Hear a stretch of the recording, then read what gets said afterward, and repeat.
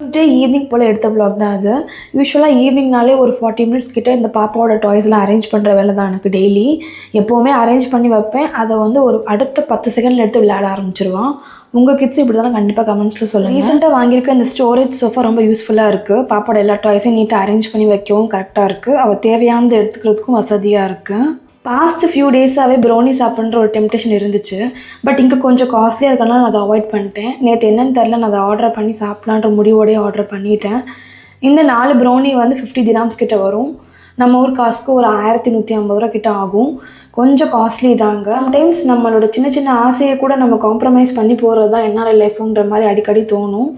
Apart from the taste ரொம்பவே நல்லா இருந்துச்சு. அந்த 50 dirhamsக்கு ஒருத்தன் தான் நான் சொல்லுவேன். சாப்பிட்டு முடிச்சுட்டு பார்க்க கிளம்பியாச்சு. இங்கே சம்மர் ஸ்டார்ட் ஆகிட்டனால பெருசாக ஒன்றும் க்ரௌட் இல்லை. அங்கே இருந்த முயலோட கொஞ்சம் நேரம் டைம் ஸ்பெண்ட் பண்ணிட்டு வீட்டுக்கு கிளம்பியாச்சு.